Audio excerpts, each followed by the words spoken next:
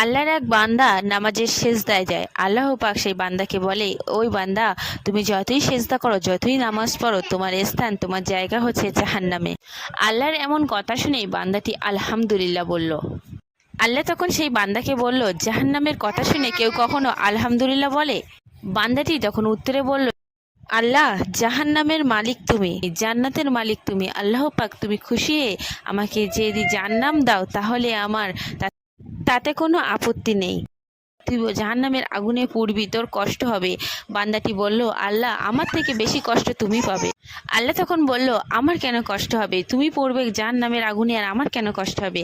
তখন বান্দা বলল, আল্লাহ, কোনো মায়ের কোল থেকে যদি কোনো সন্তান পানিতে পড়ে যায়, সেই মা দূরে থাকতে পারে না, আর তুমি তো ক্ষমাশীলকারী।